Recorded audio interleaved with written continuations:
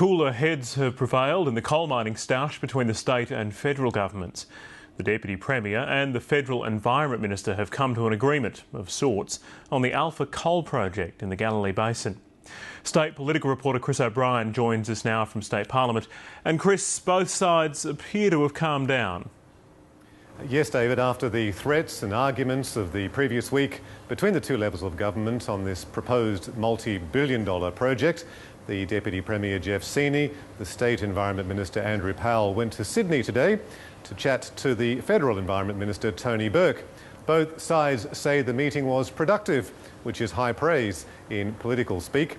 They did agree to disagree, though, on some of the rules for the joint approvals process, but they'll have further talks about that. So, with some of the heat out of the argument, where to now for the project? Well, effectively, David, is now in the hands of the Commonwealth. In the words of the state, it was agreed the Commonwealth would follow up directly with the Alpha Coal proponent on matters it wanted clarified. In the words of the Commonwealth, it was agreed that now a Commonwealth process had commenced to deal with the outstanding matters relating to the Alpha Coal project. This will continue to its completion.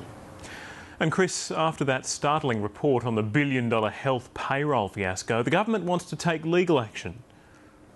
Yes, it seems that legal action might be the only way to recoup some of the spiralling cost of the health pay system. The government certainly wants somebody to compensate taxpayers. It's Queensland's most expensive bureaucratic bungle. Somebody should be either civilly or criminally liable, and everyone's heading for the hills. A consultant's review of the Queensland health payroll system predicts it will cost $1.25 billion over 8 years. It was supposed to cost $400 million. The minister says taxpayers deserve to know which companies or individuals are to blame. He wants Labor to release confidential cabinet documents about legal advice that was provided to the former government. So we know whether we can take redress, we can sue someone and recoup some of this money. The opposition leader isn't prepared to just hand it over yet. Because they have to follow the process. There is a process here. He needs to go and talk to the Information Technology Minister. She says Labor has paid a political price for the payroll debacle, but it's time to move on. The time for the blame game needs to end. But the blame game isn't over. The LNP is taking every opportunity it can to hammer home its victory. Each announcement in Parliament comes with a dig at the previous government, including a plan to streamline the health department.